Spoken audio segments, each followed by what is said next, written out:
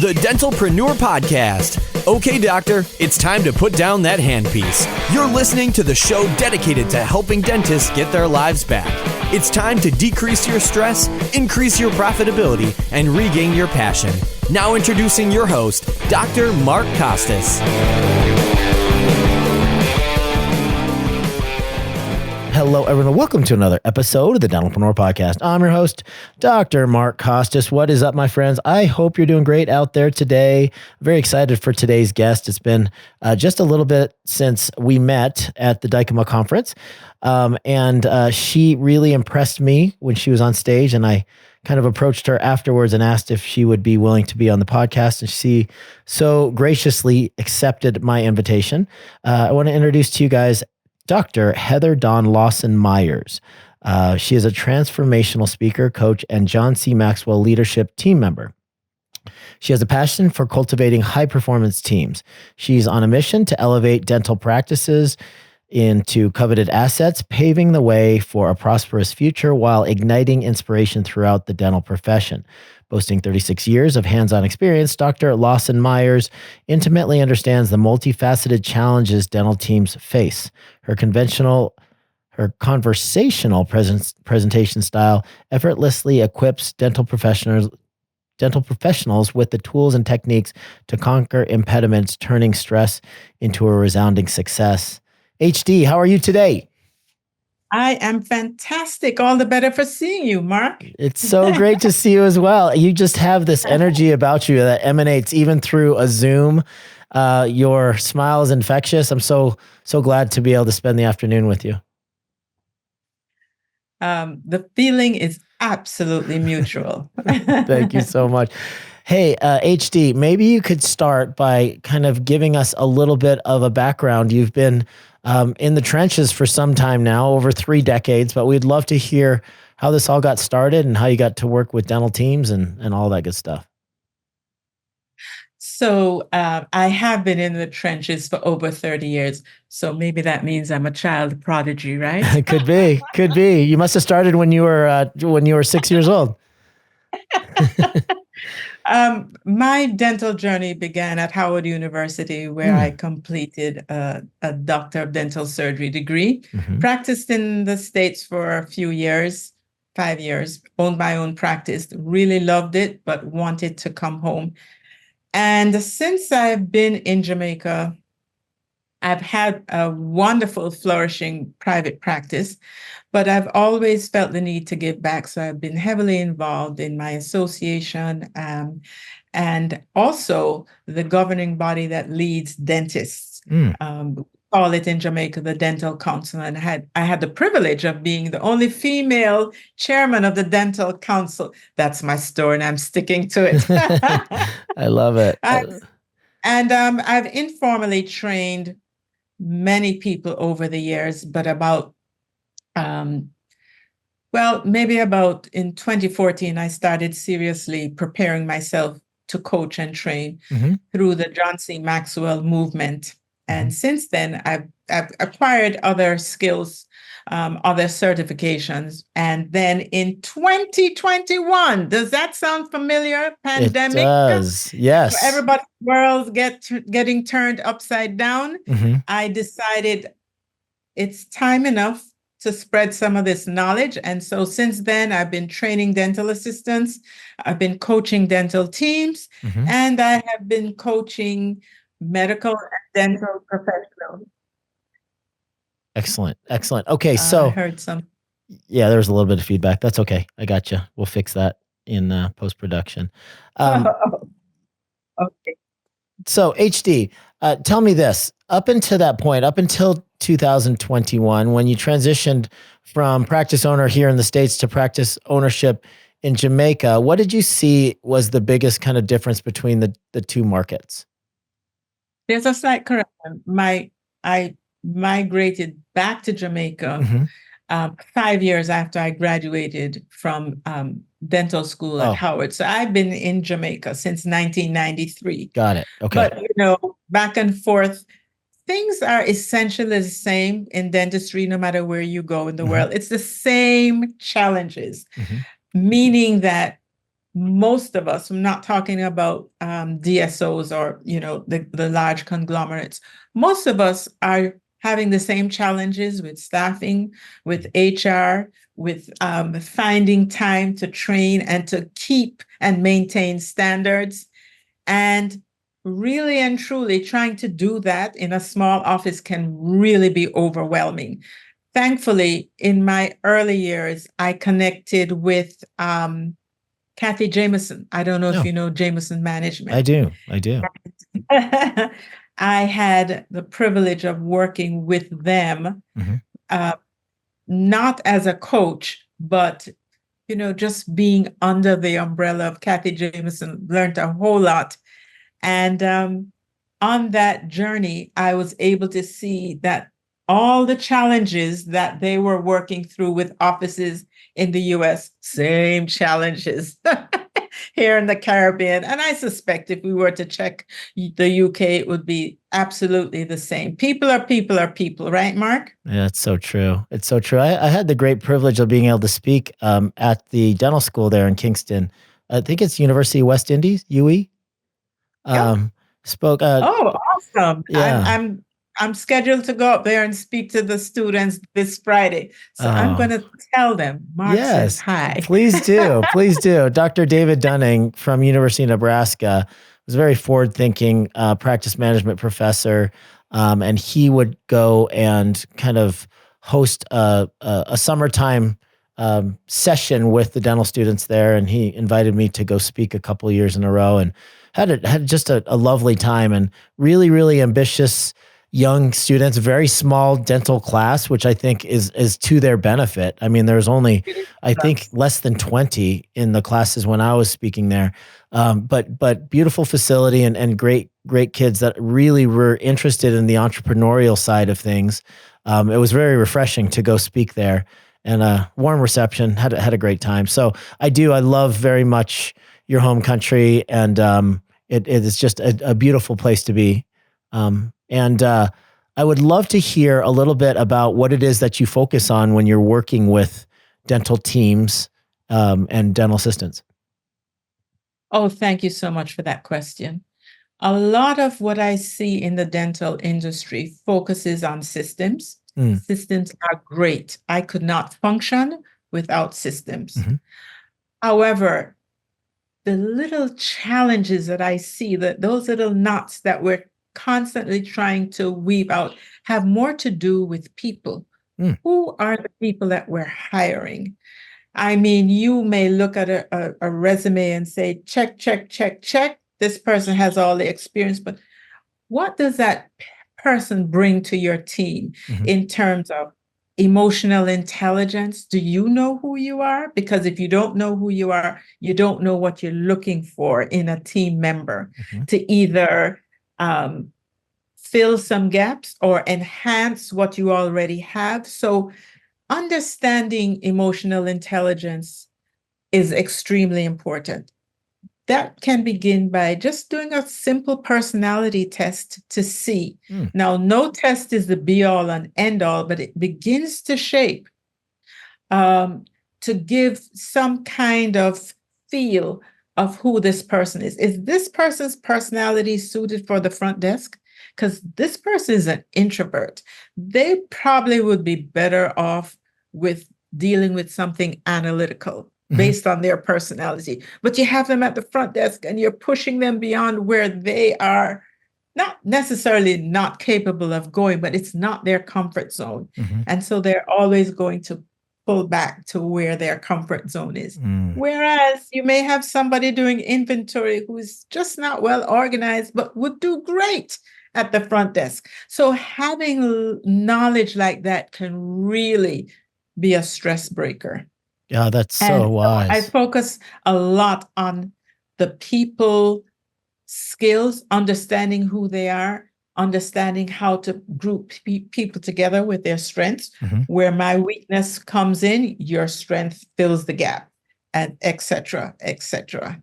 Yeah, there's a lot of wisdom in understanding what motivates people and the type of personality that they have, their strengths and weaknesses. And you're so right when you're kind of alluding to the fact that there are people that are more analytical, more numbers type people.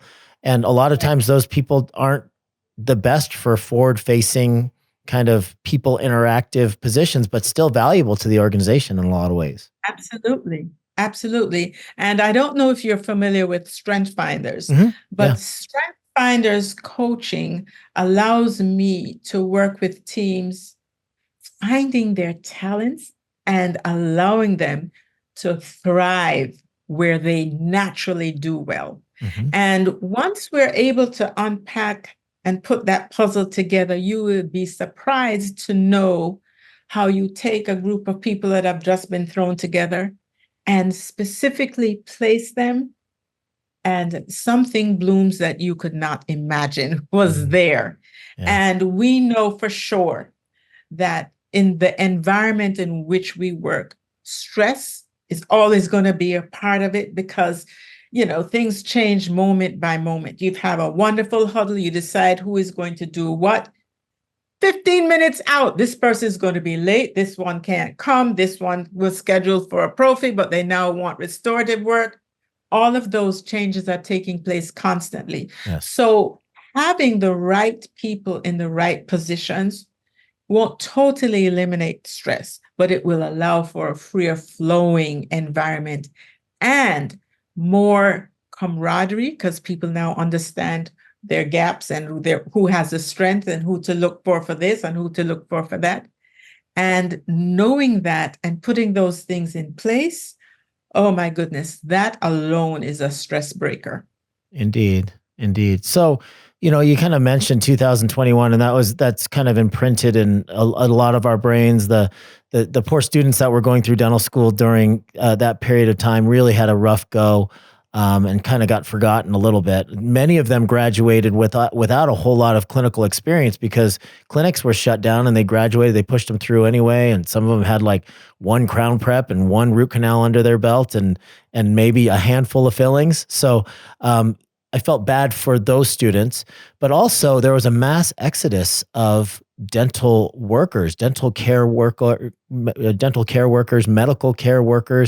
that left and never came back. So we found ourselves as dental practice owners with this huge void in the workforce, and not a whole lot of people willing to come back. So with that being said, have you noticed that has permanently affected our profession, or have we bounced back? So we've found a new norm.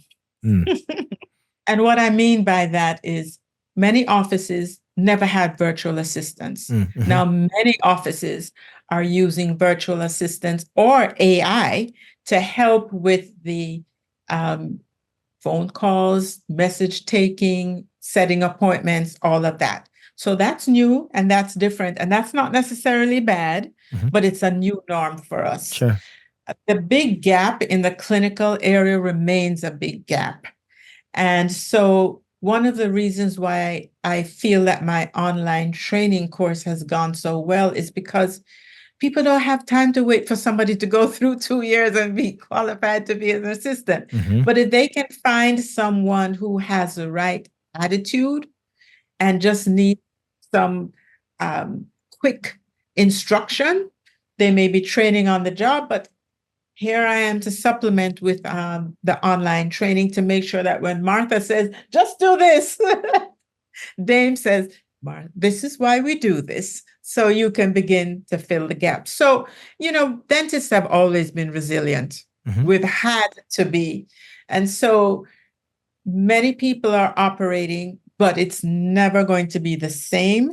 And we as dental professionals have to be able to evolve and realize maybe there are some things that we didn't think through before that we definitely need to think through. Because if people are coming from other industries where they're accustomed to certain things, and we're not quite organized and ready for that, it may not be a good fit for them.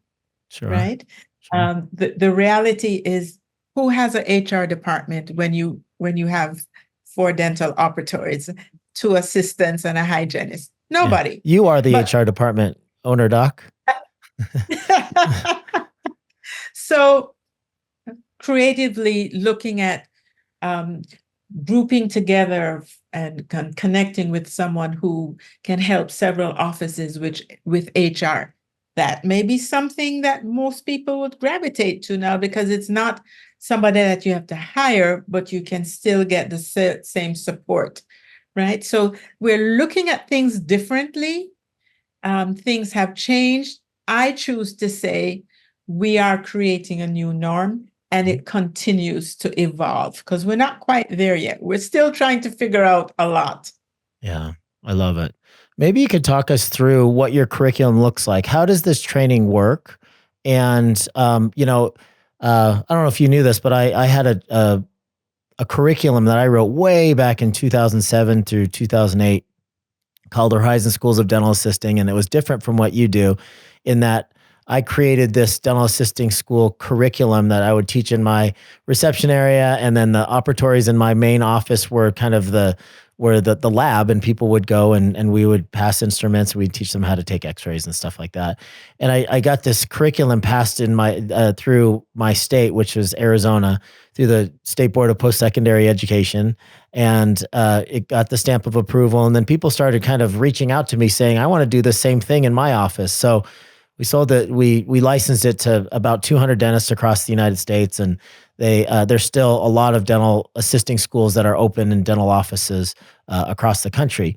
But yours is a virtual program, which I find very, very interesting and a lot more practical, frankly, for people to consume. So is this program a direct-to-consumer program? Are you marketing it to potential people that want to be dental assistants, or are you marketing it to dentists that are bringing people in and they want to train up their people quickly? Love that question. Both. Oh, great. Okay. So we have a website, Dental Assisting Made Easy. And if you go on that website, it assumes that you want to make a career change. You may know little or nothing about dentistry, and everything is online. You take a course, a lesson, until you have demonstrated mastery in that lesson. You can't move on to the next one. Got it. Okay. Right? We can look and see who is doing well, who is struggling. Once a month, I meet virtually, face-to-face, where we can ask questions, where I teach. So even though you have the opportunity to move at your own pace, you still have an opportunity to touch with me and to get questions answered and to get poured into even more. So that's for a career change. What we have for doctors is another website called trainyourassistant.com. Oh, I love it. And that is a membership where you can train up to 5 dental assistants at the same time. As a dentist, let me tell you, one of the worst things to do is to invest in somebody who seems like gold in the beginning, and 2 months in, you're like, oh my gosh, this is not going to work. But I've invested so much already, so let me push on. You do not have to put yourself through that stress, because you can train up to 5 assistants at a time. And if one is not working, swap it out. It's 5. It's not the 5. It's any 5 at a time. Right. The other thing is, I want to know if I am investing in someone, if I'm getting value for my money. Because if I'm paying, I know the value. If I just say, go on and train, you may not realize the investment being made in you. So in real time, we can say to our doctors, okay, of the 5 people you're training, Anthony hasn't been on the platform in 3 months. Gail is killing it. Not only is she always online, but her grades are way up there. So you as a doctor can make a decision. Anthony's got to go. Or maybe Anthony needs a pep talk or something. And what we've done is we have 24 lessons, and each one of those 24 lessons has CE attached to it, right? And through ACE, you can get your credits for those lessons. But after those 24, we drop one course a month. We've just finished with endo. We're starting on ortho. After you've gone through the ortho, we're heading on to implant. So the idea is a Kaizen method. You continue to build on what you have, So dentists have the assurance that their team is always on the grow. Now, what came out of those two platforms, specifically the membership one, is that dentist said to me, do you coach? Because we've been having some little issues here. And sure I do. I didn't know that this is where I would end up, but you know what? I've been trained as a coach for many years. So when the time is right, you can say yes without hesitation. Sure. And that has been wonderful because I'm by nature a people person. I love pouring into people. I love seeing results. I love the satisfaction of the dentist saying, I don't know what you did, but I'm so glad you did it. And I don't take credit for it because, as a Christian, I consider myself a vessel that I allow the Lord to work through. And I love pouring into people. And so you can either come on the platform as an individual and get yourself prepared and enter with confidence the dental world, or a dentist can decide that they want to upgrade their team, training, coaching, and guess what, Mark? When you live on an island paradise, you have the opportunity to say, come for a workation. We're going to drill down for about 4 days, hunker down, we'll have some fun, and we'll do some things to ensure that the team becomes more cohesive. They learn how to work with each other, and you go back with everybody feeling ready to turn the page and act like rock stars. Oh, I love it. What a beautiful service you're providing. So you bring up something that I think about often, and that is, leadership and communication are not natural born innate skills for most of us, right? So when your doc is saying, hey, do you coach? There's usually something going on there. There's a block between their style of communication and leadership and the receptivity of the dental assistant's style. Like maybe they're not meshing for some reason or another. There's some sort of a conflict or a block there. What do you think typically is happening with the doctor's style of trying to get their people motivated and receptive to new information that is not happening correctly that you can overcome? So I'll start by answering it this way. I also coach professionals. I started out with dentists only, but then I've ended up coaching medical doctors as well. We're in the same boat. Sure. This particular person came to me and she says, I just attended a session yesterday and I realized that my personality, I'm just not a good leader. And I said, really? I said, there's no such thing as not being a good leader. We need to understand our personalities because some people lead ahead, some people lead from behind, but understanding your style allows you to, in your authentic self, learn how to lead where it is in your comfort zone. And so I think sometimes it's just allowing people to bring out what they already have. That's what coaching is. And giving them guidelines so that they can use what they have and create the results that they want. So somebody may not be a big talker. Let's say I just want to be in the mouth and get things done. I'm not a big talker. But maybe their assistant that they would want to have partner with them is someone who is effervescent and pleasant and fills that gap so the patient does not necessarily feel that void. But me knowing what I need to fill that gap is where the importance lies. Not whether I speak a lot or not, if you get my drift. I do. Yeah. The doctor may have a personality where they're full of life and but not well organized. So maybe the person who is supporting them with scheduling and all of that is the one that knows, okay, he's going to be trying to do it for everybody. He's just that kind of guy. I need to organize his life over here. And that's a win-win situation. Just understanding who you are, who you need in your life, what the situation is best that you work well in, and trying to help you create that.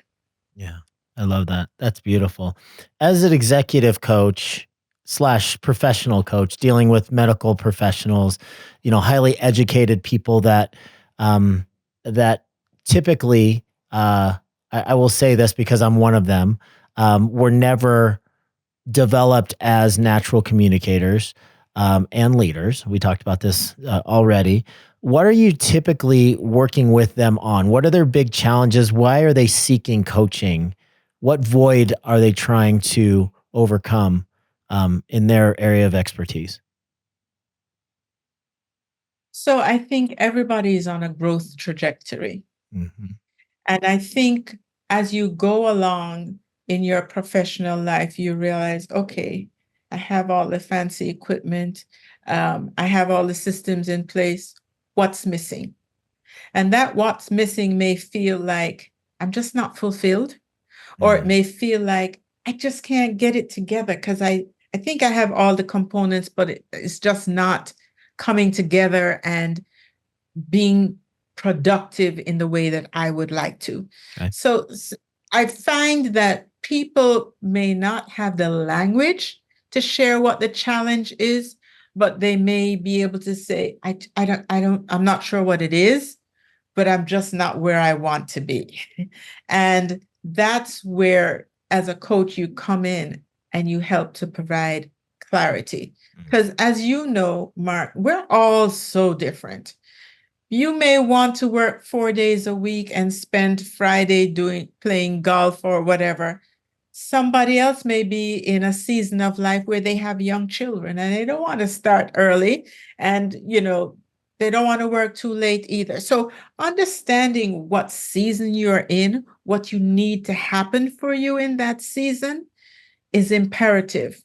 Because sometimes you're trying to do it all and you have all these balls in the air, and guess what? They're falling like crazy and you don't know why and you don't know how to fix it. Yeah. So I have found that each person has their unique challenge, and it is only when we sit down to converse that you're able to peel the layers of the onion back and see, okay, this is what the challenge is. How can we move forward? So it's very rare that people come and say, this is it right here. Most people don't kind of know what it is and they don't know how to figure it out. So can you help me? Yeah. I love that. So I have read maybe a half dozen John Maxwell books. So I'm very familiar with his message, and I think that he's one of the great gifts to personal development and leadership training, et cetera. So in your kind of certification and your time spent training under John Maxwell, what were some of the things that you took away that you've embodied in yourself personally? And what are some of the strategies, tactics, philosophies that you try to impart from that training to other people that you work with? I have one simple philosophy. Love God, love people. Most of us are failing at the love people part. And the truth is, if we invest in people, if people first see that you value them, it's very easy for them to go along the path with you. And if you've had the experience of interacting with John and his team, you realize John puts people first, not some of the time, not most of the time, all the time. And figuring out how to do that on an individual basis comes from the wealth of information that you're constantly getting, how to communicate. Yeah. That sounds so simple, but It are does. we listening to hear, or are we listening with our answers pre-prepared?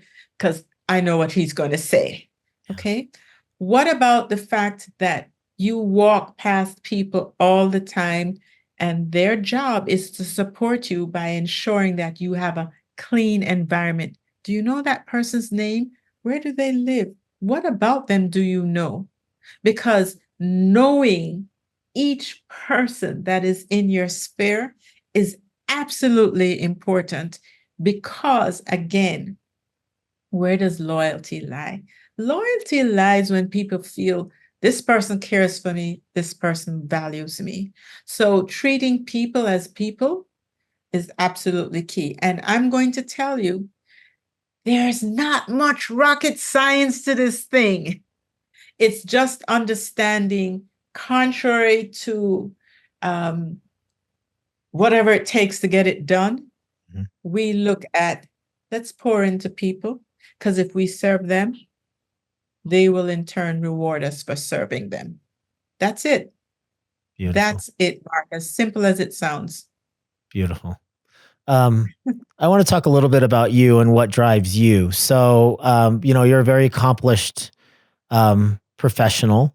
You went to Howard University, you graduated, you got your doctorate, and the vast majority of people in your position and in my position end up being clinicians for their entire career. And that's what they love and that's what they do. That's their comfort zone.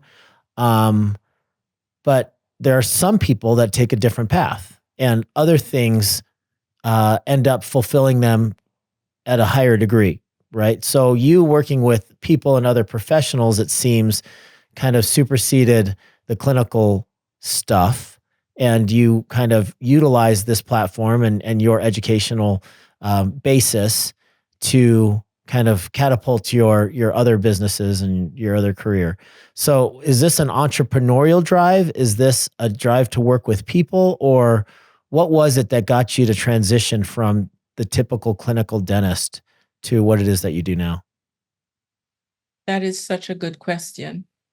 What if I told you that I really did not transition from what I do?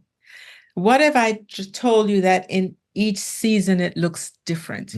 So I still do clinical dentistry and I care for people. And I love the fact that many of them consider me a part of their family. I know what's going on. I've served several generations. I've watched them grow up, and now they have their own kids. And it's like, whoa. Yeah. But I also recognize that as I've matured, notice I didn't say gotten older. I am entering my legacy phase where I feel I want to give back in different ways. Now, you can have a statue of somebody with their name on it, or you can have a building named after someone. But do you know what happens after a while? People come and go. They don't even know the name of the building. Mm-hmm. People see this statue. They say, oh my gosh, I have to drive around this thing. Why did they put this thing here? Yes. Nobody cares. My desire is to leave a mark by pouring into people, because they will in turn pour into others and others and others. And isn't that what we want? To be able to pour into people so that they in turn can pour into others. So it's a different, it looks different, but it's very much the same. Mm-hmm. I've always loved pouring into people. And the truth is, I feel that I have a mentor. His name is Miles Monroe.